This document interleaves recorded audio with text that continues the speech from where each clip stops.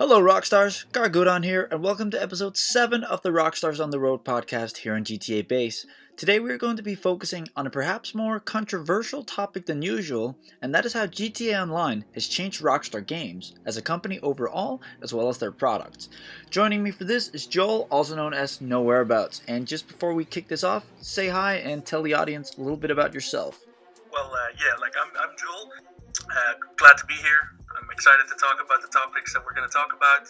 Not really very special. I'm just somebody that likes to engage in this community as much as I can. Yeah, and I'm glad to have you, and this is going to be a great episode, so let's just dive right into it. So let's kick off this deep dive into how the unexpected but massive success of an online multiplayer mode has changed one of the biggest and most successful video game companies of all time in the last 8 years almost. So the first thing I'd like to talk about is, in what ways would you say the massive success of GTA Online, originally launched in 2013, has changed Rockstar Games, both as a company as well as in terms of the products and games they've put out the last decade almost? Well, that's a big question. I got it right here, so I can refer to that one as many times as I need to. Well, of course, everybody knows that the success that GTA Online has produced for Rockstar, right? First of all, GTA 5 has sold incredibly well, and then for Rockstar to be able to translate that success into the online portion of that game has just been amazing to see, right? It's been like a phenomenon in the video game world, never really seen up till that point. Because, yeah, I agree with I mean, GTA Online is the reason why GTA 5 keeps getting remastered for every generation of video game consoles, and likely will for the next, 20, 30 years, until the PS10 or something. I'm not sure about the PS10. Yeah, but, no, but I get what you're coming from. That's because people don't buy GTA 5 for GTA 5. Like, even, with the Xbox One PS4 release all those years ago now, sure, they added a little bit of new content to the story mode, some new vehicles, and some new side missions and whatnot, but come on, I only think maybe 10% or around there of players actually check that out. For many people, it was, about online, of course, and, how that was expanded. And that is also what it's about going into... at least this time around, Rockstar have been clear about this isn't about GTA Online and not GTA 5. Standalone versions, gameplay modifications, whatnot. It's all about the online mode. And that is what keeps GTA 5 alive here almost 8 years later. Yeah, we haven't really heard anything that what expanded and enhanced is going to mean for the single-player portion. Probably touched it. We also touched upon this in a few episodes ago. But it's likely just touched up graphics, maybe a few new vehicles, maybe a side mission or something. But other than that, it's just going to be the same story mode that I still hold very dear and have a lot of nostalgia with. If we're lucky, maybe something like some cut content or whatever. But yeah, the focus definitely lies with online, expanded and enhanced to make online the best product they can. Absolutely, and there's no doubt that the unexpected but as I said, but massive success of this, what was supposed to be a pretty regular multiplayer mode, maybe a little more open and experimenting than multiplayers had been in the past up to that point, in the sense that it was kind of open world. You could create your own character, really get your own cars and buy apartments and whatnot. Really make it your multiplayer experience rather than just classic PvP or free roaming with stock skins and whatnot. It was really it was about you, the player, I guess you could say. Yeah. And that is what was so revolutionizing about GTA Online as concept overall originally. Oh yeah, I think that for the most part, whatever, we had a multiplayer game. We had a multiplayer component to GTA 4. Absolutely. And we had a multiplayer game, or a multiplayer component to the original Red Dead Redemption 2. But those were, relatively basic, just the free mode map. Yeah. You could select a character that already existed. And given I played the original... Red Dead a few years after release, I actually never really spent time in that multiplayer, but I did spend some time in GTA 4 multiplayer up to the release of GTA 5. And that had its fun, but as I said, and as you said, it was it was pretty basic. It was, just classic PvP modes. And sure, there was free roam in GTA 4. You could drive around Liberty City and cars with stock skins, maybe a few modifications, but with stock weapons, and just really have fun. In that way, I guess you could say the free roaming was more grounded in a way. You could kind of do it just not really having to worry about anything, just have fun. And that aspect was like one of the things that I thought was the most fun about GTA when I first got introduced to the series many years ago now. Yeah. And I think too, you look at GTA 4's multiplayer. While it's fun in its basic form, and there's no real progression for the player. There's nothing really to work towards. There's no real structure. There was some sort of ranking system, if I remember correctly. Not that I'm sure that really did anything particular for you. Not the way that the unlocks were in GTA 5. It's multiplayer, of course, right? Of course not. You go from GTA 4, it's multiplayer, which is very basic and just like a fun side activity, and then you go to the massive success that they had with GTA Online.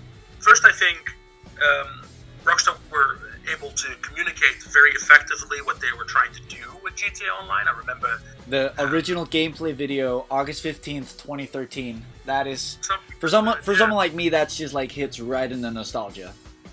Yeah, you hear there's with GTA Online, Rockstar has tried to reimagine the open world game in a number of ways, or what it was. Nostalgia. It gave you something to be excited about, right? You work your way up, you're petty crime, and then you go into drug dealing. You go up and up and up those ranks. And I remember just by that 3-4 minute gameplay video, I really liked the idea of it. Like, I was excited to try this out, and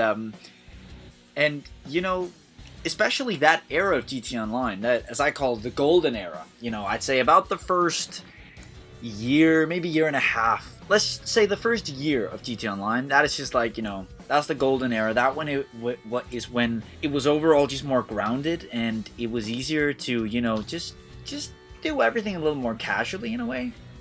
Yeah, I guess. So you go from the early days of GTA Online.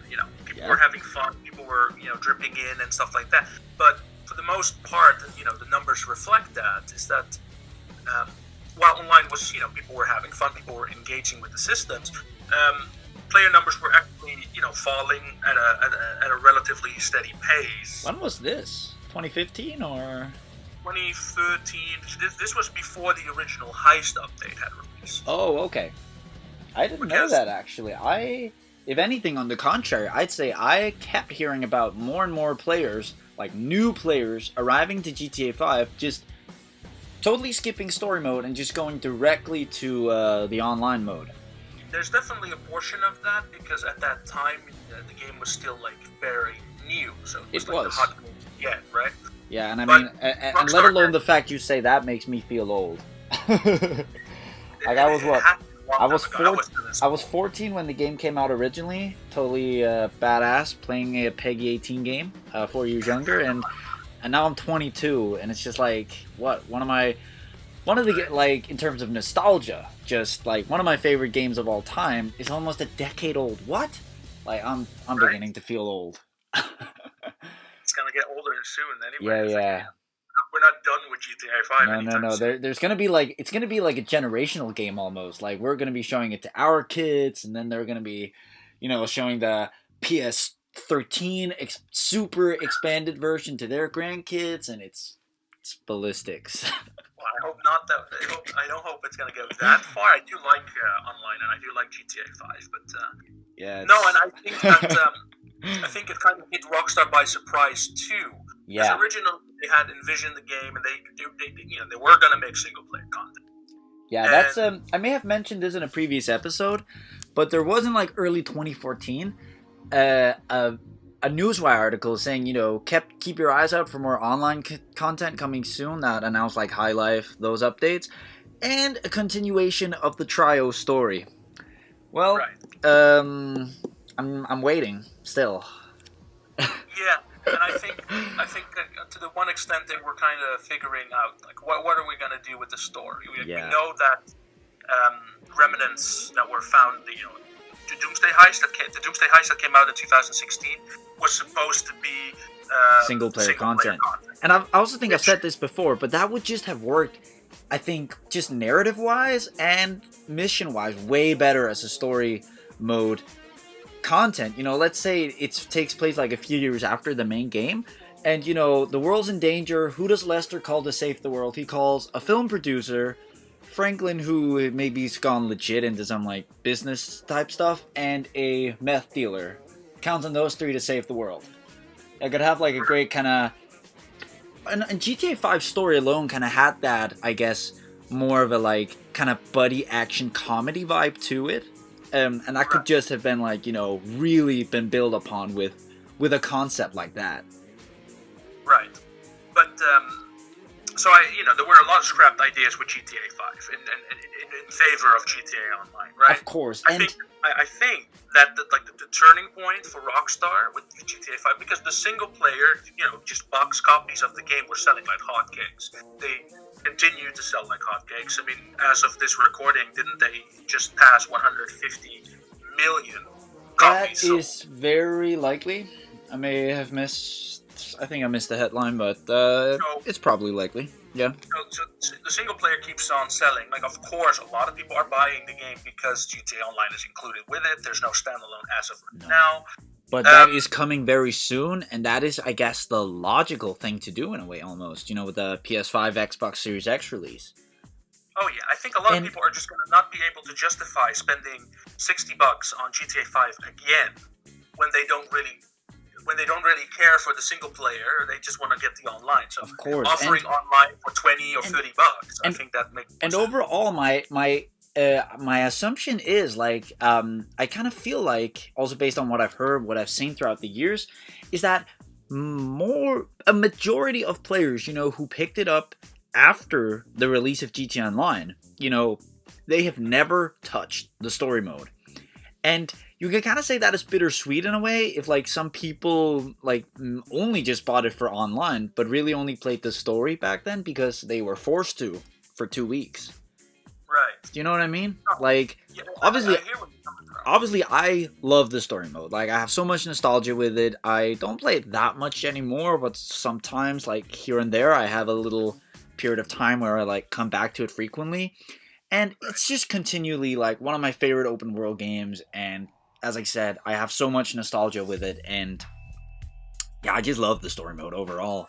And it's a damn shame that we never, like, saw it continued. Because even if it, story-wise, would never have reached the same level of, like, writing that, like, GTA 4 did, but there would still, if anything, for kind of that body action comedy vibe of it, I think there would be a lot of potential still. That was just set aside for flying motorcycles and laser guns and alien jumpsuits and whatnot. Online is a little bit more than just that, of course. Of course. I mean, I especially, like, are you a day one player as well, or around there? I am a day one player. Yeah, I mean, waited in line at 12 o'clock. Like, for the two of us, as I said, there's just that golden era, where it wasn't about all those sci-fi elements, and everything felt more grounded, like, where you didn't have to buy in-game bunkers or nightclubs or whatever just to play the new content. And the best way, back then to make money was typically grind Rooftop Rumble for 4 to 5 hours. Like some of me and some friends, like, we hopped on, Friday through Sunday, we just hopped on for a few hours every night. We just, play it, came out with some good money, and that was another thing, you typically make 400k per session, and that was back when 400k could actually buy you something. Like, what can that buy you today? Nothing, almost. No, but I'm coming out of this more as some people very much dislike GTA Online for what it did to Rockstar, what it did to the way that Rockstar designs their games. Absolutely. Some people really like GTA Online. And it's interesting that likes GTA Online. And it's interesting you mentioned like that, with a lot of people are angry at how it changed Rockstar, and I wanted to cover upon that for a second. And That is, I think we should also be cautious about how much blame we point at Rockstar, because some of it might also be Take-Two Interactive, Rockstar's publisher. And from what I hear, they are actually a good deal of Rockstar's changed business model. As in? I think in terms of, from what I heard, in terms of what Rockstar need to publish, in terms of what will make them money. Because, obviously, the shark cards, from what I hear, the shark cards have made Rockstar a ton of money in the last 8 years now. And that is, why, online keeps being what it is. But would there really be any money in, working and publishing, an expansion for story mode? Would there be the same amount of money in that as there would be, keep releasing new content for GTA Online, which prompts some people to buy shark cards, which makes them a ton of money. Right. I mean, okay, let's dissect that rather. Sure. I think on the one hand, Rockstar probably looks at data that they had at the time. You go back to 2014, 2015, when they were probably still considering making a single player DLC. I could probably very comfortably assume that after 2016, that was just trash. That they did just said that's never going to happen no more. I mean, but they were probably looking at sales volumes for the Ballad of Gay Tony and the Lost Lost and and Damned in GTA 4, and they probably figured to themselves, they were probably comparing that to the original Heist update, and they were saying the effort and the time it takes to make a single player expansion, with all the voice acting, all the mocapping they need to do, all the, it's time consuming. Don't get me wrong, heists are time consuming too. But I think that they probably figured that these online expansions are easier to make. They're easier to make, but they can also be monetized. Yeah, there's more profit in them, perhaps. Yeah, consider this, right? Yeah, of course. And if they had made a single player component at some point, what would they ask for that? $20, $30? And at some point, that would have probably been bundled with the game. Of course, and I mean that's I think I've also said this before, but I would say it's around the time that that's mid 2015 that Rockstar announced they're going to stop putting out expansions for PS3 and Xbox 360 and are solely going to focus on PS4, Xbox One, and that meant that the updates just became, as I said, less grounded, and there was just more content, and it was more indirect pay to play, and they just became bigger in every aspect possible. And it was after there, they started putting out those kind of updates and seeing how much profit that made. As you said, the idea of story expansion was just set aside. You go back, whilst they were making Beach Bum, they were making High Life, they were making all those kind of updates. You're making me so nostalgic. Right? Yeah, very, very. We look forward to that, but don't get me wrong. Yeah. Those updates were very simplistic. They were, cars, but I remember. very basic. But I remember the fun of it. I'd say my two most memorable ones will probably be Business Update and Flight School. Right. And typically, those were probably my least favorite. Yeah, and typically what I loved about it was just having made a little bit of in-game money, buying some of the new clothes, vehicles, hanging out with your friends with the new content, and then typically, do you remember the event weekends with the playlist? That was pretty cool. Just spent time in those, some good old-fashioned PvP, and make double cash and whatnot. I quite enjoyed that, just because, as I said, of how grounded it was, but then again with a lot of personal player freedom. So, from my personal perspective, right? I remember not very much liking online in the early days, right? Oh, that's interesting. I remember so whatever. I had bought GTA 5. I jumped into, this was on the PlayStation 3. Oh yeah. I jumped into GTA Online. I did some money missions. I wanted to get a car and stuff. At some point, I had a car. I had an apartment, or was it even an apartment, like a garage or something. And I did a few of the jobs and that kind of stuff. And at that point, I was like, what's the point? It became a little repetitive, perhaps. I didn't feel it was worth it for me, right? I mean, whatever, I did it, but I didn't feel it was that good for me to spend prolonged periods of times doing rooftop row.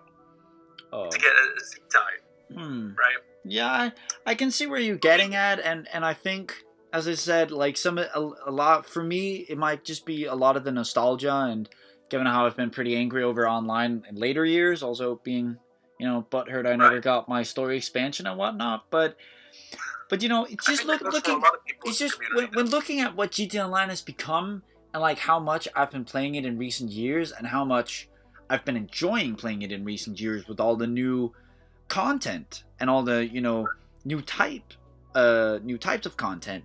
I just really I cherish that, as I said, first year of GTA Online, where everything was just a little more simple, everything felt more grounded, and it was just more for me. I think that it's very, very important for people to kind of understand their own biases, of course. Of course. I was there at the beginning. I was there halfway through. I'm still playing this game every day. Oh, yeah? For me, the game only became like fun around 2015, 2016 when they really started increasing the output and the size of these updates. Right. That's funny. That you and me are like, even though we're both day one players, we're like polar opposites as to when GTA Online peaked for us. That's pretty interesting. Right. Because that's the whole thing. Like you earlier said that like 2013, 2014, like the early days of the game were like your golden era of the game, right? And now that you mention it, like now that I think of it, I haven't played GTA Online in like since Christmas. Like I haven't played it all 2021. Now that I think of it, wow. That's got to be like the longest period of time that I haven't played it. Like in all the years it's been available. I kind of think too that GTA Online is a particularly hard game to get into, right? Especially nowadays. Maybe nowadays as well, and yeah, it's been quite the ride. And I think you're gonna hear a lot of different versions about when it peaked, what your favorite content is, all depending on who you're asking and when they got into the story, or when they got into GTA 5. Right, because like for you and me, the game might have peaked like way earlier. Of course. Like for a lot of people, the game's peaking right now. For a lot of people. And as I said, GTA, and that's as I mentioned earlier, that whole generational thing. If it becomes the success they hope it is with the new gen consoles, it's going to be one of those generational things that GTA Online as it is now is going to be GTA Online for a new generation, and that's going to be like the new standard. Do you know what I mean?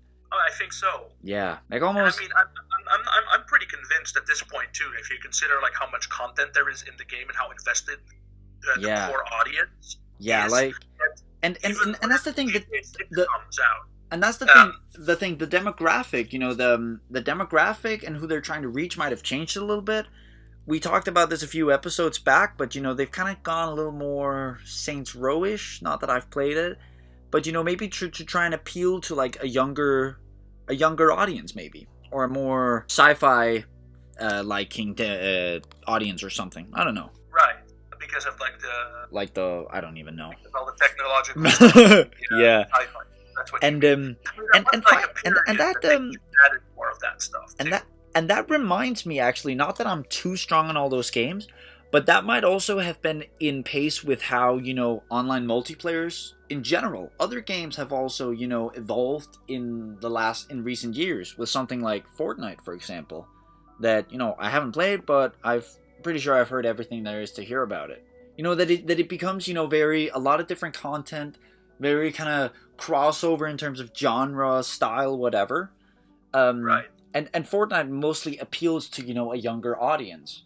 So, even though GTA is PEGI 18, I mean, as I said, I was 14 when GTA 5 came out. They may be trying to, adapt to the current circumstances of online multiplayers and kind of, that way try and appeal to a new audience, a younger audience who may be more into, who may not be into, street slang and gangsters and drugs, but more into, all the freaky stuff. Right, and I think to an extent,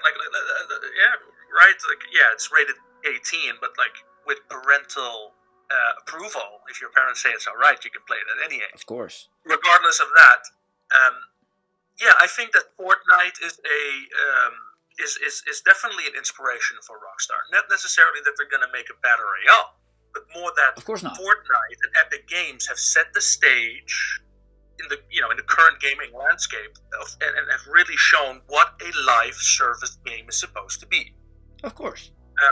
I don't think that Rockstar would have added something like the Music Locker, where there's like real life DJs and a real life music label, and they're presenting music that way, or Rockstar putting real life brands in the game, doing crossovers like that, or better yet, I don't think Rockstar would have added a whole island, Cayo Perico, to GTA if it wasn't for Fortnite doing all those things. Of course. And having great success with it, right? Yeah. I mean, that's and that's kind of like, the guide to survive in any entertainment industry. Also, if it's movies, music, whatever, you gotta, even if it can be considered selling out in some ways, I guess you have to look at what is popular, especially if you want to make it. If you want to make it big, if it's mostly about that, you gotta look at what is, trending currently, and how can we try to make that, to boost our own sales.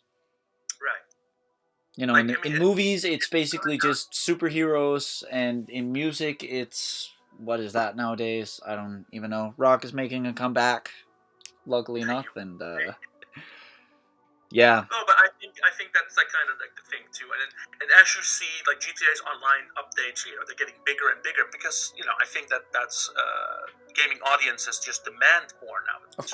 Of course, absolutely. I think that's kind of something. Of course. Yeah. Between like whether or not, like, how much money are you going to make from something versus how much money do you need to put in for people to be even convinced to play it, right? I guess just to kind of wrap up this point, in terms of like, how this massive success of GTA Online has changed Rockstar overall, I guess you could say it has kind of made Rockstar approach what content they put out in a more business-oriented way, rather than it being all about, the heart and the quality, perhaps.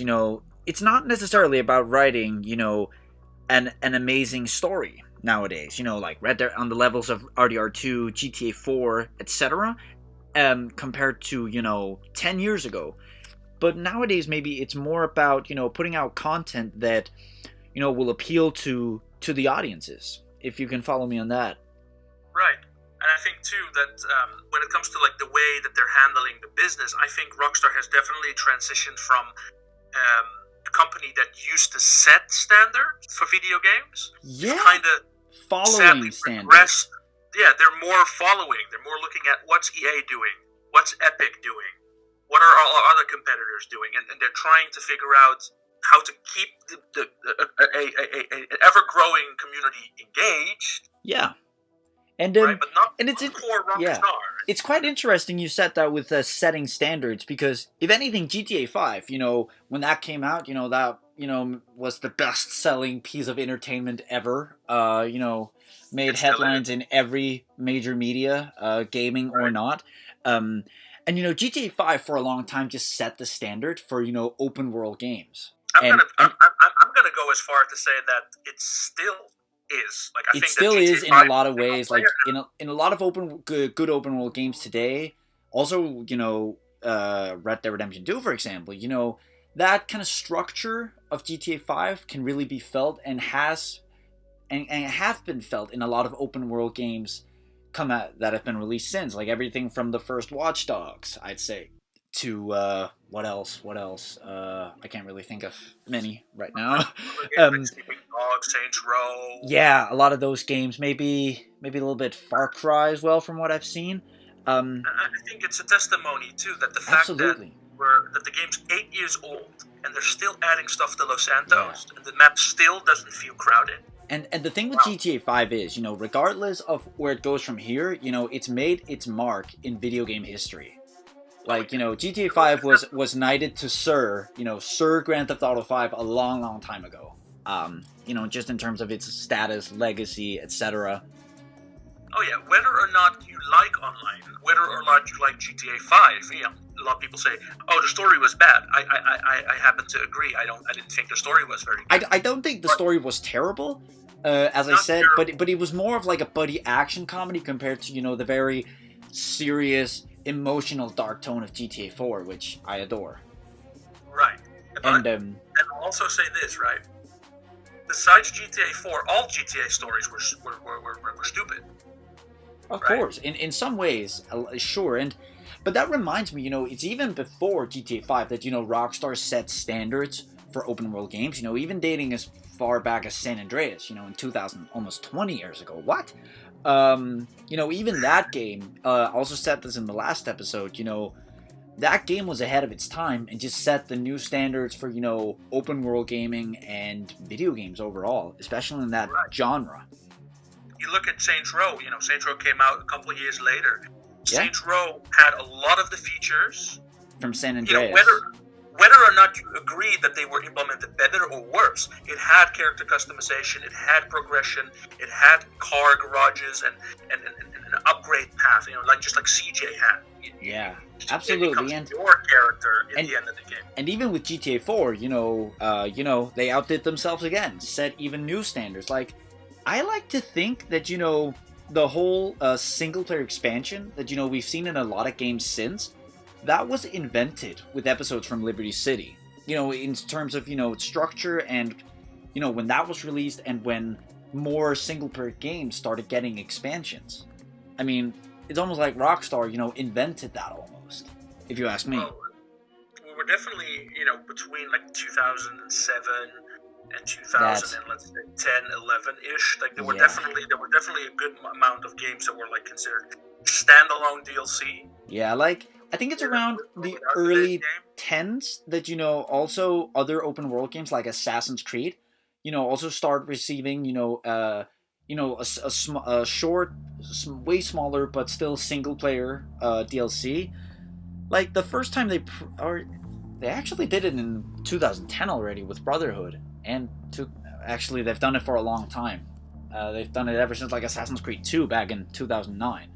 I don't know if you played those, but not religiously. That's for sure. Okay, but already there in 2009, what was it? They released like 2 additional story sequences for AC2, and then there was also one for the next Ezio games.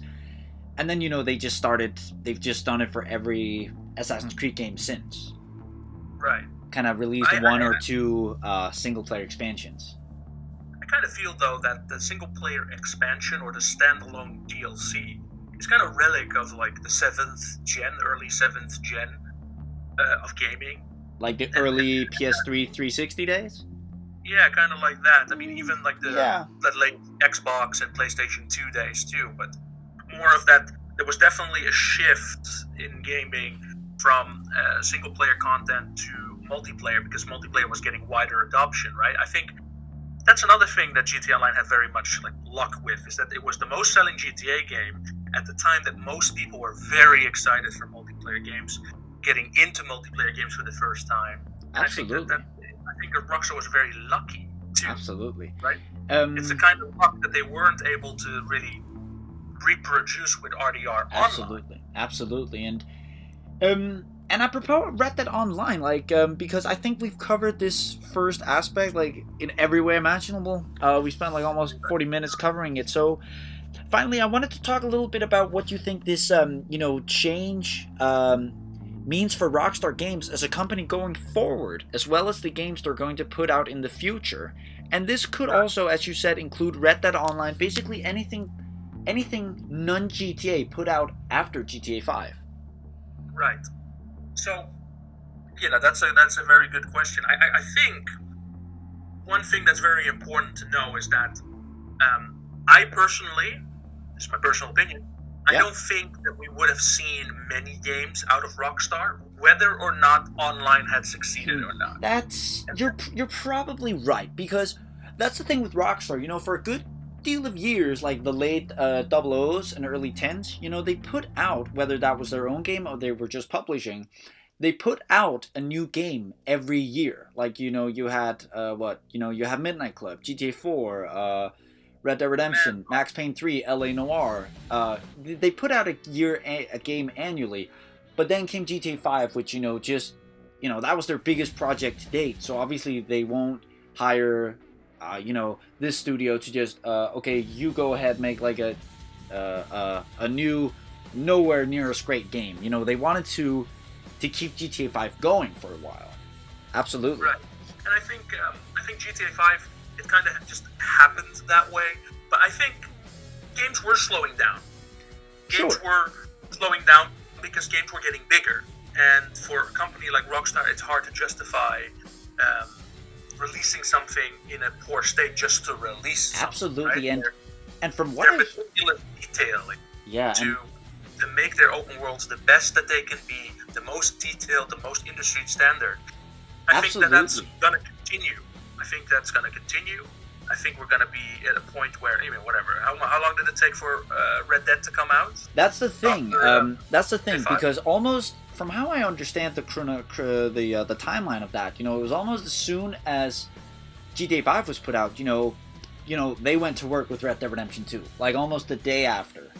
It was around 2013 that, from what I hear, Roger Clark and Alex McKenna and Rob Whittoff and those people, they got into their mocap suits and whatnot. Right. And I mean, and already they had been cast in like 2000, almost immediately after the original Red Dead Redemption or something. Right. And they worked religiously on that for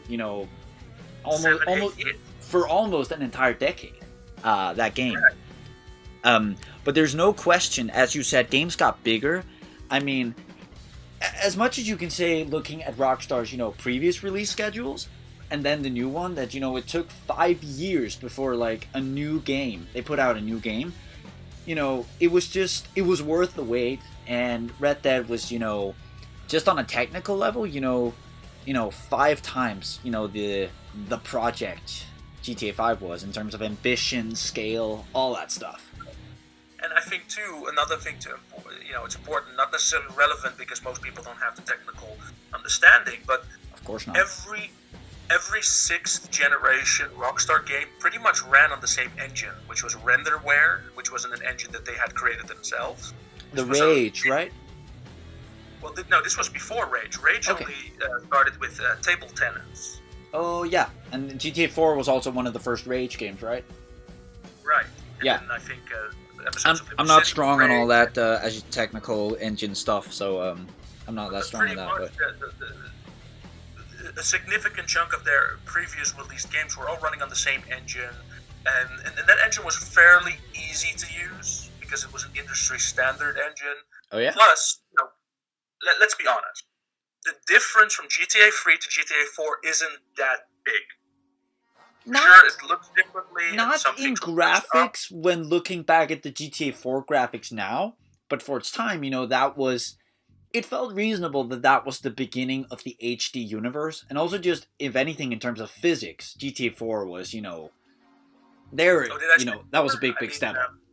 Sorry, I misspoke. I mean, okay. I meant to say that the difference between GTA 3 and Vice City. Sorry, I had misspoken. It's okay. The difference between GTA 3 and Vice City wasn't tremendously big, right?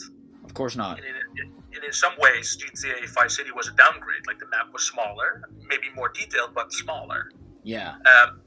Movement was pretty much unchanged. AI behavior was pretty much unchanged. It was just a different story. So making games for Rockstar was significantly easier back then. Absolutely. The development cycle was a year, or maybe 2 years at max, but nowadays development cycles are like 6 years, 7 years, 8 years. We don't know what Rockstar's working on right now. Absolutely but not. I bet they've been working on it since 2013. Absolutely, and that's the crazy thing with Red Dead Redemption 2.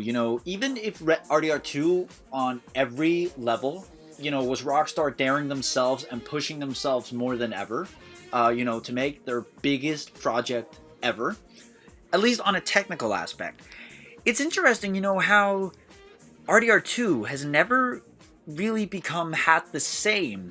Obviously, it's had a lot of recognition, and it has a massive fan base here almost 3 years later, and will have for a long time, but it's never quite had the same pop cult status that GTA 5 has. Do you know what I mean? Like, not on the same level. I think that's, whatever. RDR 2 had great success, right? 38 million. It just passed 38 million copies sold. Absolutely. And that's you know, not something to say that, that's a disappointment. That's great. And wow. And as I said, in terms of hours I've spent with it, it's just one of my favorite games of all time. And in terms of story, it is Rockstar's biggest and most ambitious story to date, and most well-written story to date. Period. Right. But I think that, because you said, what you said about, it didn't have the same appeal, the same reach that GTA has. I think that's on one hand because GTA had brand recognition.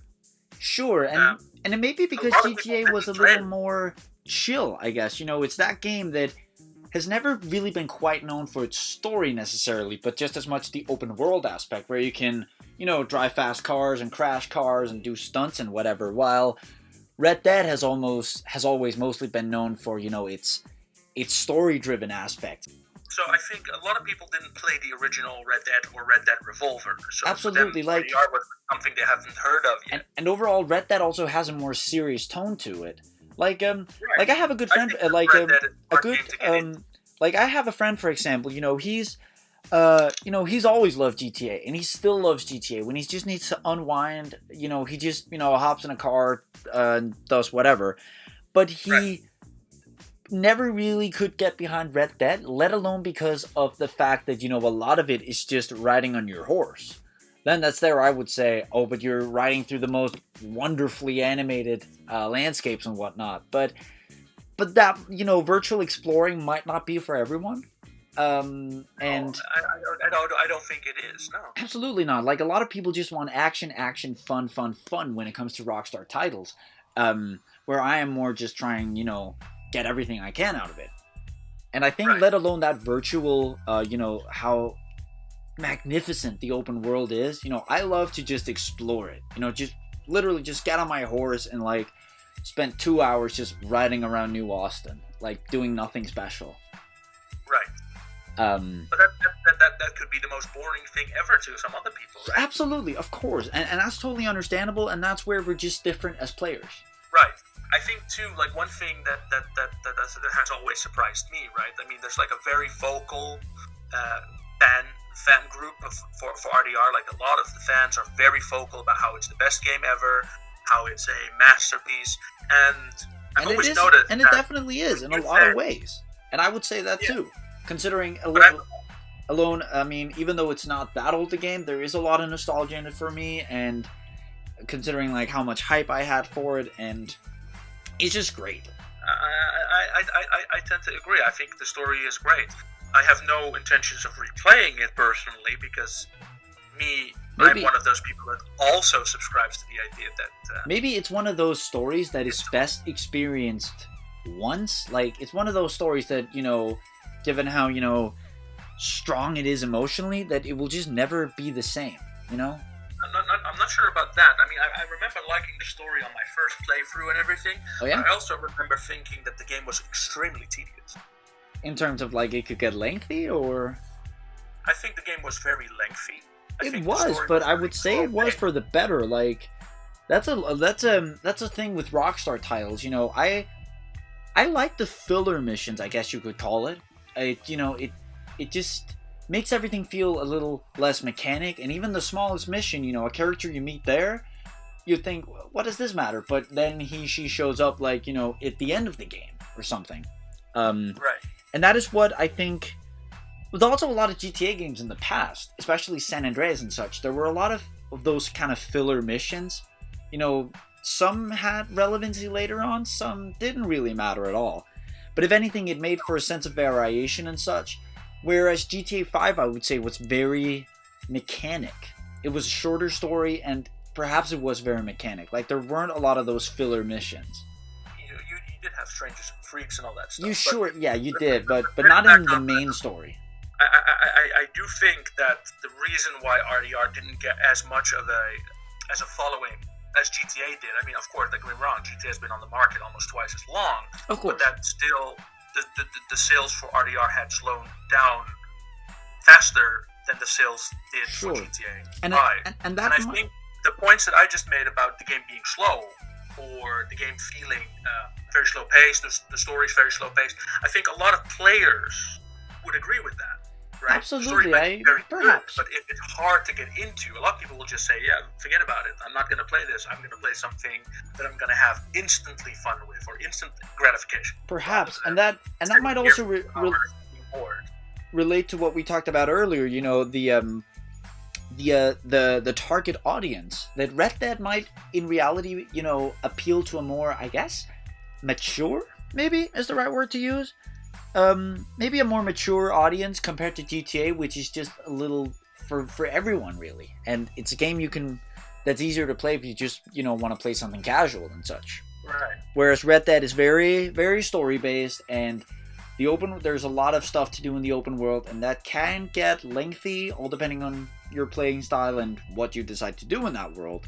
And you know, there's not the same gameplay and such, and the same, you know, possibilities as there is in GTA. Right.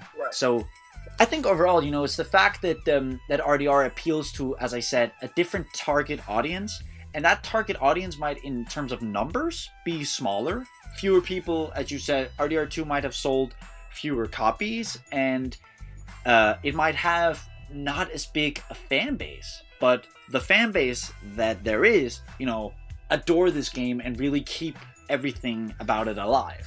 Oh yeah, I think that GTA 5, you know, whatever, the game, it's a game that appeals to a wide set of audiences, young, old, casual, maybe less so, people that want to create stuff and everything like that. And I think RDR really focuses on the kind of audience that really likes storytelling.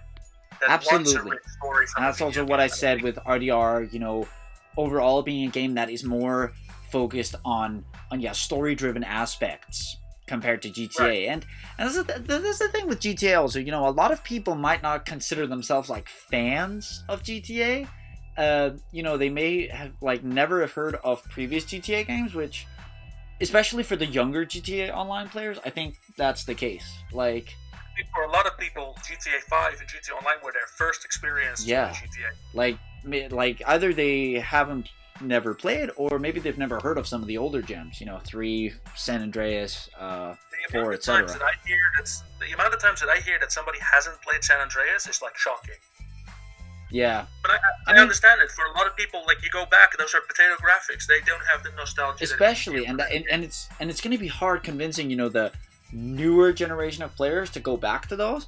But, you know, for people like me, you and me, I assume, you know, like, as I said, I just turned 22, you know, I'm kind of from that era more, even though I didn't play it until I was like 14, 15 in the early 10s. Right. But, you know, I'm more willing to go back, you know, explore the back catalog, I guess, of the, you know, the series' roots and such. Right. And it may be, and someone... Ask that same question to somebody and ask them, have you played GTA 1? Have you played GTA 2? A lot of people are like, no. It's hard to get into. I will admit that I haven't played those, and I probably never will. Just, like, I don't really see what will, like, benefit me, and where can I even play it? Like, on what systems? Like, it's ancient systems. Yeah, PlayStation 1, PC. Yeah. Do those even exist anymore?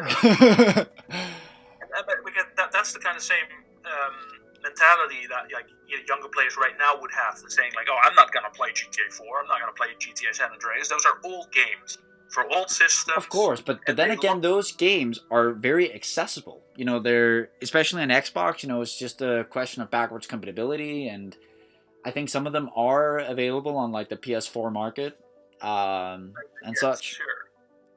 So yeah. But the accessibility, though, like, accessibility is one thing, but, like, you know, convincing somebody to spend money on something they're unsure about. Yeah. Right? Because that's the whole thing. Like, graphics sell. Absolutely. You look at Watch Dogs. You look at all these other games. You know, these graphics, fantastic. Wow, like, I need to play this. GTA San Andreas. It looks like a potato graphic. I'm not gonna play this. I guess that's not my logic. That's the logic that a lot of people have. It's like, it's not worth their time when it looks like a game from 20 years ago, which it is. I can see what you mean. Yeah. Anyway, just to kind of wrap this up, because I think we've covered a lot of interesting stuff, and maybe we've gotten a little sidetracked here and there, but I just wanted to, just for a minute or two, talk about like the original question, and that was this whole, really change for Rockstar. Like, how do you think we'll see that going forward? Like, in the games they're going to put out, and in terms of how many games they're going to put out? Like, when would you say it's likely we're going to see the next original Rockstar title? I think, and I'm not sure whether it's going to be GTA 6 or a Max Payne game or something related to Red Dead. We don't know what the next project is going to be. A lot of people are hoping that it's going to be GTA 6, but we'll see. I think it's going to be GTA 6. Like, I'd be surprised if it's going to be something else. Right, there's a good inkling that it's going to be. Yeah, considering the demand for a new GTA, and considering the hype there is for it. Right. But as Rockstar has become a different company over the last couple of years, as we came to, they've started releasing content on a more business-oriented note rather than artistic note. Is that the right word to use? I guess. I mean, look at Rockstar 15, 20 years ago. Rockstar was willing to put a game like Manhunt out. They knew it wasn't going to sell very well. They knew it was going to stir up a lot of controversy, but they wanted to say something with a game like that. They wanted to show people absolutely the worst that industry could produce, pretty much. They wanted to really shock people. And just in terms of not going to do that no more. And I just wanted to say quickly, in terms of the art, even and that's RDR2 is a perfect example of that game. When they decided, they can really pull off some good art, and that's everything from the technical aspect, the programmers doing their part, to Dan Howe, the Hausers, Leslie Benzies, those who have kind of left the company, but they were like the main, I guess you could say, screenwriters. They could really stir up something good, a great story that has movie quality to it. Right. I believe they still can, even if Rockstar is going through a lot of changes and transitions in terms of the higher ups and such. I still have hopes, and I really believe they can pull off something artistic in the future. Like I said, time will tell. I think with GTA 6, they really are going to deliver on something really nice, because they have set themselves up for success with coming off of GTA 5, but they also have set the bar extremely high. Yeah, with Red Dead, with GTA 5. Of course. So we'll see. And first of all, gaming or making games is an art. Of course. Right? These guys are creating art. Some people might disagree, but in my opinion, video games is art. Are an art form. Just like music, just like painting, just like movies, they're an art form. In every way. I fully agree. I think that Rockstar is going to transition, or is going to keep transitioning, because they're not going to stop, to a live service model where they're going to work on something great in the background, and to keep funding themselves and to keep a revenue stream up, they're going to monetize and make content for online experience. Of course, and I think they are. I have no doubts that the next major game from Rockstar is going to have a single player focus. Yeah. Whether or not that's GTA, whether or not that's Bully, or whatever. I really believe that as well. That is mostly going to be single player focused, and that's the thing with Red Dead 2. Yeah, sure, Red Dead Online exists, but it has just never really reached the same amount of playability or success that GTA Online did. Right. And I don't think it ever will. And you can also see that now in terms of how many players play that, and in terms of how much content is put out for it. Yeah, and it's kind of tragic, because there's a lot of potential with that game. But I think a lot of people would have rather have seen an extension of Arthur Morgan's or John's story. I would have loved like a Sadie or Charles expansion.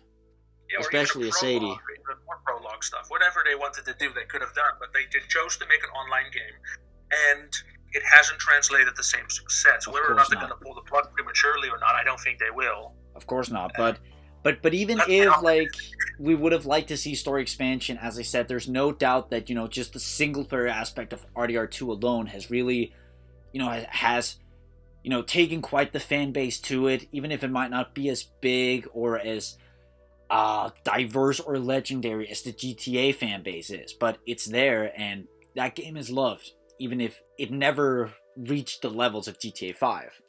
But there's no doubt also, as I said, in terms of every aspect, that Rockstar, with that game, once again outdid themselves in many ways, coming off of their previous major release. Right, I kind of wish that they would have made a single-player content for that game, because in RDR2, the strongest point of that game is its incredible story. And characters and everything, like... fleshed-out world, and I think the way that Rockstar makes online experiences are a little shallow, right? They're not story-heavy. Perhaps, like...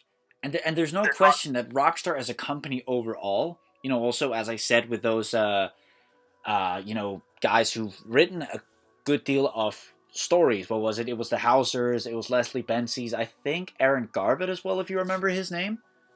Okay. It was that team, they wrote GTA 4, they wrote GTA 5, they wrote RDR 1 from what I know, and RDR 2. They wrote some of the most iconic and some of the best Rockstar stories. And, Rockstar has just always been more of a single-player rooted company. Also, given their original games, which GTA 3 and such, which were single-player only games. But then, as we also talked about in the beginning, then as in the probably the mid 00s, as single-player games started expanding and becoming a thing, they were like, we're gonna try this as well. Sure. Yeah, I think because the story mode in GTA 5 wasn't particularly anything to write home about. It kind of lended itself more to an online experience, because nobody plays GTA 5 for the great story. No, definitely not. If anything, it's rather the single player open world, I suppose. Yeah, the story isn't the star in GTA 5; it's the world. Yeah, and sure, there were some good characters as well. Like I obviously quite like the trio, as I like to call them, Mike, Trevor, and Frank. And but yeah, other than that, I can see what you mean. So yeah. Right? I think in GTA 5's case, they were more technical about it, right? Like, sure. We're making this great world and it was definitely also based on the original GTA 5 gameplay video. It was always more about it was more about the heist-focused missions. There were 6 of those throughout the main story. The really big missions with super cool action sequences and such. But other than that, it was the open world. And, the wide variety of, character customization and activities to do, and overall just the world alone to explore. Like, I'm still amazed, here 8 years later, how many, nooks and crannies of the map I've never seen before. If that's small areas or whatever, caves or, stuff I've never explored before. And I think that's it. That the environment is the star. The way that they were able to use the map effectively, and of course the ability to switch between characters. Of course, giving heists a completely new. It was always more, the gameplay that was the star of GTA 5, I guess you could say. So yeah. Right, and I think that's why GTA Online works so well, because the story doesn't have to be good. There is a story, but nobody's playing it for the story. I don't even consider that story in quote signs, story canon, considering how it wasted characters like Daytona and Lester and the UL paper guy and so many great characters. That could have, I would have loved to see, let's say, an older Luis Lopez and Gay Tony, kind of this chaotic duo in action once again. Yeah, who knows? Maybe teaming up with the main characters or something, or that would have been cool. That could have had a lot of good potential. That's the thing about Luis and Tony. I remember them as, Luis, he did the shooting, the flying, the driving, sure. But then again, Tony, he got aggressive when he needed to. And yeah, they were just this cool, chaotic duo. There was a good dynamic between those two. Yeah, sure. One of them is the pill-popping drama queen. And the other guy's just, he's the badass. Right.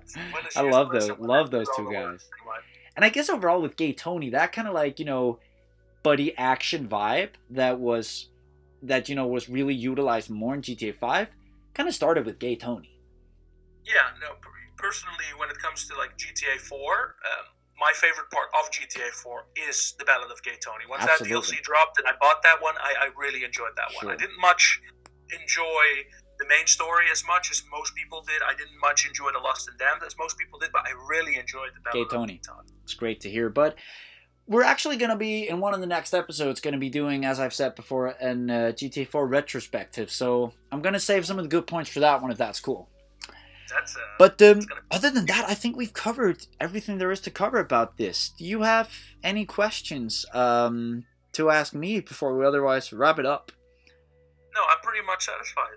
It's cool. I think we've also covered a lot of interesting stuff, and it's going to be interesting to see where Rockstar goes. Goes here in the 20s in this decade, and what kind of games they're going to be putting out, what those games are going to consist of, and to what degree they're going to be adapting to the rest of the video game industry. Right. So yeah. Other than that, I just want to thank all of you for watching and listening to episode 7 of Rockstars On The Road, and I hope you enjoyed listening. And to stay up to date on everything happening here on GTABase and more things Rockstar, such as everybody's social media pages, it can be found in the description down below. And finally, keep an eye out for more episodes coming sooner than later here on GTABase. And of course, any feedback, topic ideas are welcome down below as well. Once again, thanks for watching, everyone. And I hope to see everyone for future episodes. And until those come out, stay safe, keep the awesome community what it is. And thanks to Joel for hopping on with me. I hope you had a great time. Thank you for having me. It was my pleasure. You're welcome to come back anytime. And that sums it up for episode 7 of Rockstars On The Road. Stay safe and active, everyone. See you later, Rockstars. Keep on rocking.